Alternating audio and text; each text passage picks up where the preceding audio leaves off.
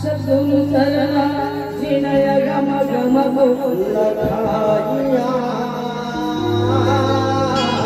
ज्ञान दीप प्रकाश करियत दिखाया जय करण सिद्ध्या रचे सो गुरु कृपा से पाइया यथा मूर्ति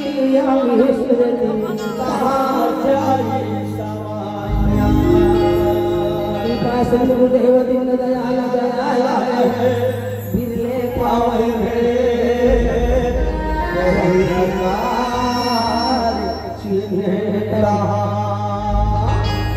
गुरु जी में पहुँचे बंदगी न भाई कोटि कोटि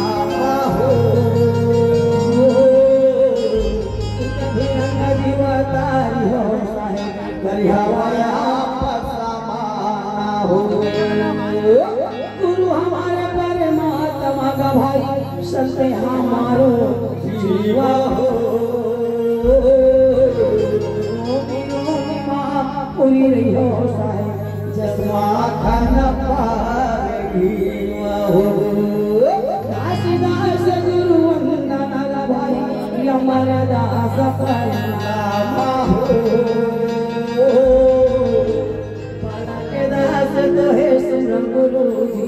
सीधा करो सब काम हो सीधा करो सब काम हो तो है सब हो तो है सब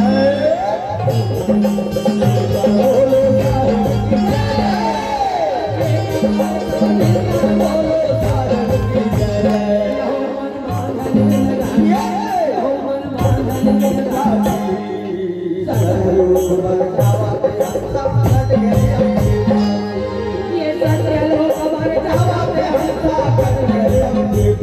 प्योर भाई हमारे प्योर भाई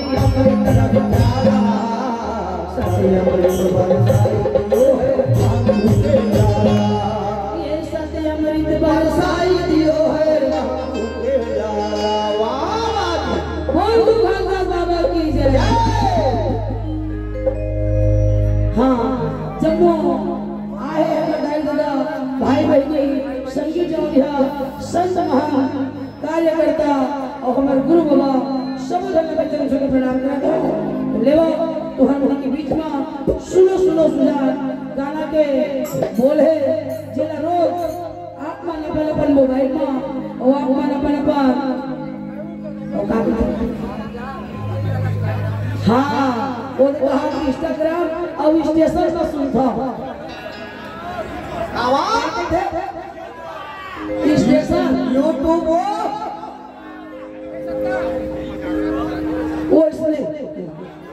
ऐसे बीच में हम सुनाए बराबर है। एक बार जोरदार ताली बजा के गुरु बाबा की जयकारा करें और गुरु घाटदास बाबा की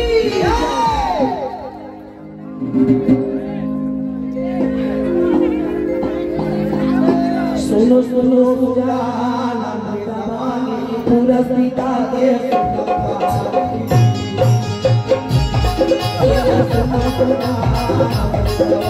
पूरा सीता के सुनो सुजान पूरा सीता के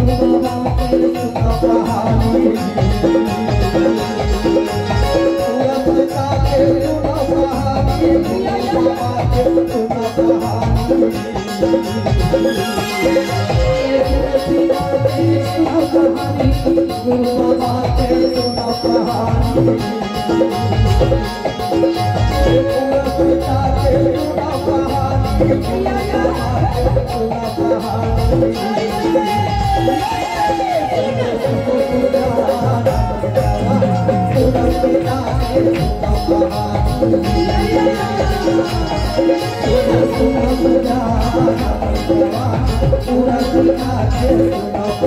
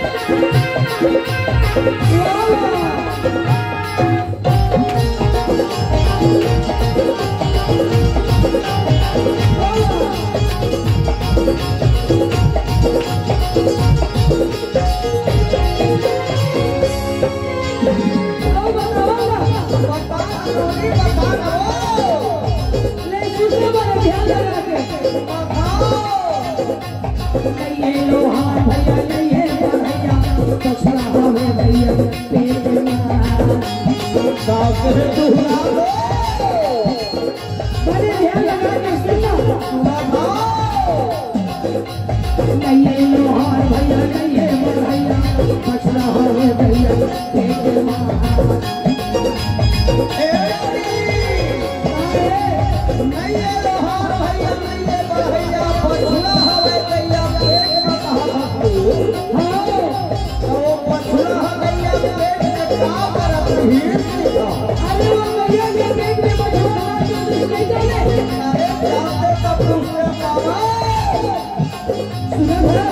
बताना एक दिया अरे गाय बताओ कैसे होना जिधर जो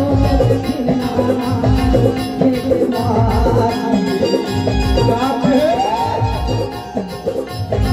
कैसे बोला हरिया जो खिलना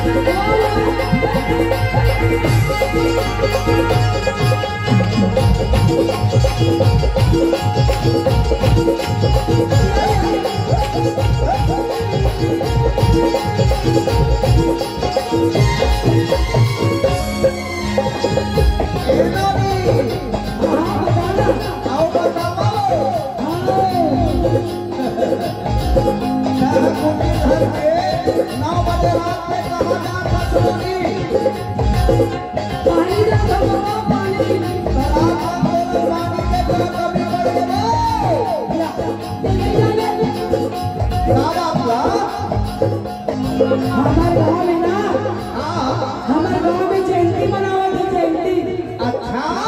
तो जयंती मनावत है तो घरों घर अपन सगा सोदर आए तो सगा सोदर आए तो हम बताई कि रात निकाल के बेटी एको खेत पानी ले लाए के हमें पानी जावत हो लेकिन देर रात के कहा जावत हो का बताओ नोनी महू असमंजस में फंस गए असमंजस में फंस गया तीन ठन बारी तेरा धन है बहुरा सुनपुर भैया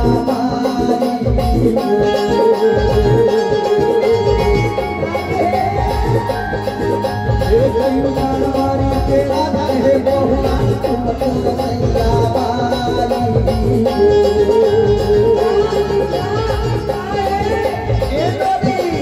घर में तीन ठन बारी नहीं है तीन ठन बारी है अचानक तेरा घर मेहमान आ गए वो साधु संत महा अच्छा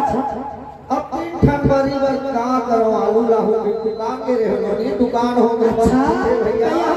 11-12 बजे रात का तो दुकान चालू नहीं हम दुकान ला बंद कर दे एक जुवर हो गए जयंती मनावत था तब ऐसे बंद हो गए आलू नहीं मिली नहीं मिली तब एक तीन ठन बारी चल सब बना दे नोनी और तेरा झंडा कोरस से भेज दो ए बाबा काहे बना भले पोरसम नहीं कोरस देवे ना वो कस बाबा तीन ठन बारी में कैसे पोरस के हम आप कैसे कोरस पे दे मैं बतावत हो ना ले बता अरे सबला तो ठाना तहा कोरस दे पाटे अढ़ाई के अढ़ाई अच्छा ये सबला तो ठाना तहा कोरस दे पाटे अढ़ाई के अढ़ाई सुना सुना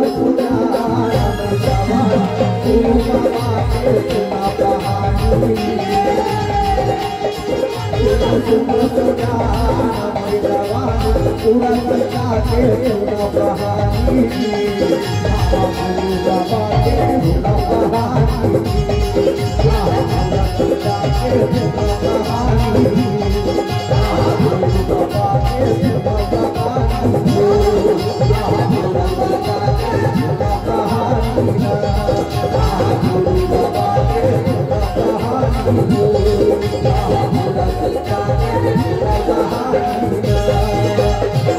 एक बार जोरदार ताली